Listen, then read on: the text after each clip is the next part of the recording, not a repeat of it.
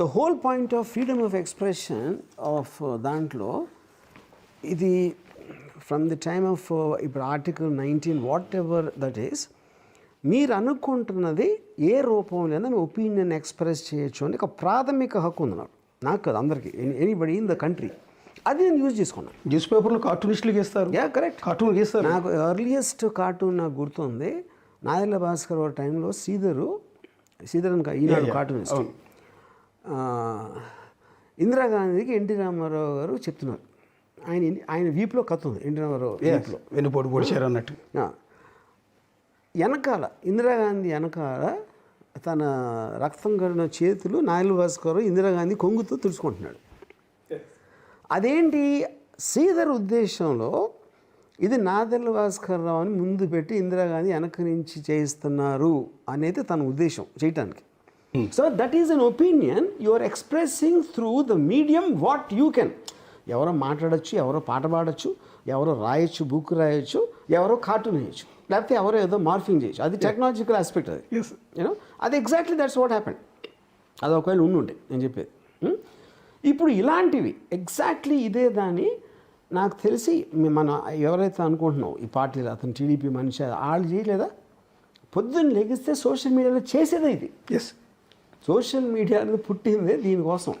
వాళ్ళ మేనర్లో ఒపీనియన్స్ చెప్పడం, రకరకాల విధాలుగా మీమ్సా ఇదా సినిమా ఫుటేజ్ కట్ చేస్తారా, చేసేదే అది.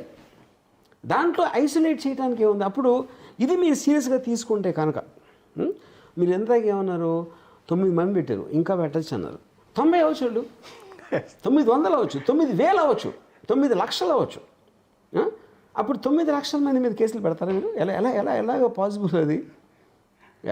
సో అప్పుడేంటి నా పాయింట్ ఏంటంటే, అప్పుడు మీరు రూల్స్ ఫ్రేమ్ చేయాలి.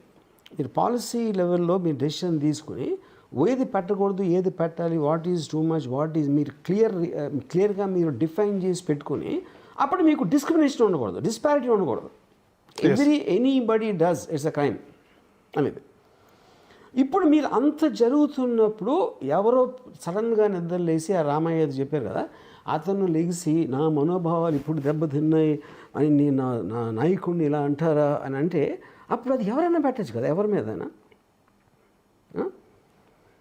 సో ఇప్పుడు ఫర్ ఎగ్జాంపుల్ మా మదరు మా బాబు మీద ఇలా చేసే రాదు అని చెప్పారు, నా మనోభావాలు దెబ్బతిన్నాను. అది how is it that ever going to end? So నా దృష్టిలో అండి, ఇప్పుడు ఇది సోషల్ మీడియా ప్రాబ్లం, నా మీద ప్రాబ్లం కాదు. నా మీద కేసు అనేది అసలు అది పక్కన పెట్టండి. ఫస్ట్ దీన్ని అడ్రస్ చేసి ఇది క్రైమ్గా తీసుకుని అంత సీరియస్గా పోలీసులు కేసు పెట్టేసి హుటాహుటిన అన్నీ వదిలేసుకుని వాళ్ళ డిస్ట్రిక్ట్లో జరిగి హైదరాబాద్ వచ్చేసి అంత సీరియస్గా తీసుకుంటే అది ఇప్పుడు అది ఎక్కడ అవుతుంది అసలు? అది ఎలా అవుతుంది? Next point that's what I'm saying. So ఇప్పుడు హిట్లర్ గురించి, హిట్లర్ టైంలో ఒకటి ఉంది, first they came for someone, ఆడు కదా ఓకే అందరూ ఎంటర్టైన్ అయిపోయారు.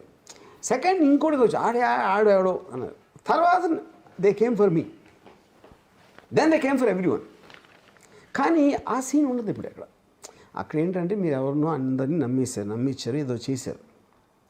సోషల్ మీడియా అనేది ఒక్కొక్క మనిషిలో ఒక్కొక్క టైంలో, ఇదే టీడీపీ మనిషి ఒక పర్టికులర్ టైంలో వైసీపీలో కూడా ఉండొచ్చు, లేకపోతే నెక్స్ట్ ఎలక్షన్లో వెళ్ళొచ్చు, ఏదన్నా జరగచ్చు.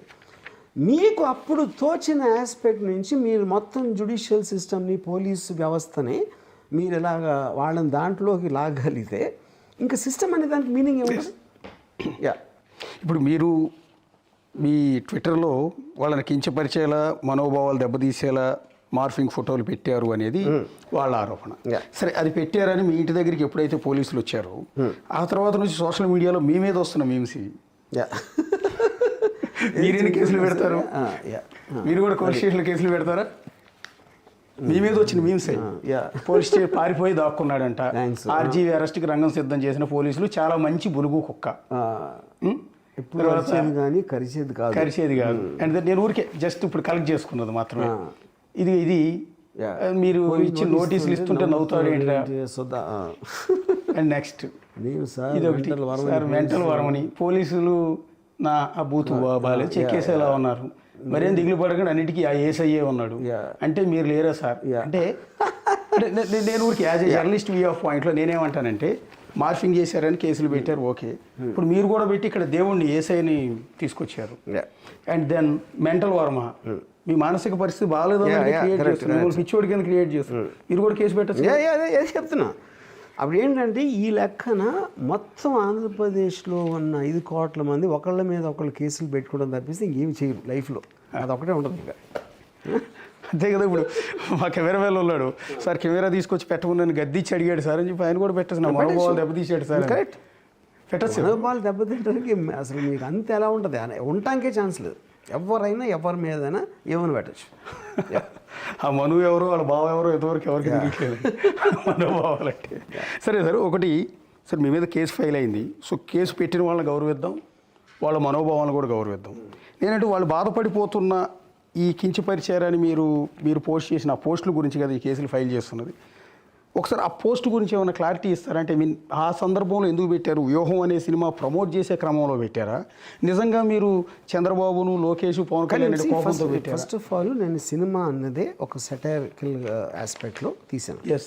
అండ్ దాని గురించి నేను చాలా ఇంటర్వ్యూలు ఇచ్చాను. అది ఐ స్టాండ్ బై దట్. నేను అది అప్పుడు నేను ఏం ఫీల్ అయ్యాను, ఏం చేశాను అనేది. ఇప్పుడు దాంట్లో భాగంగా చాలా నాకు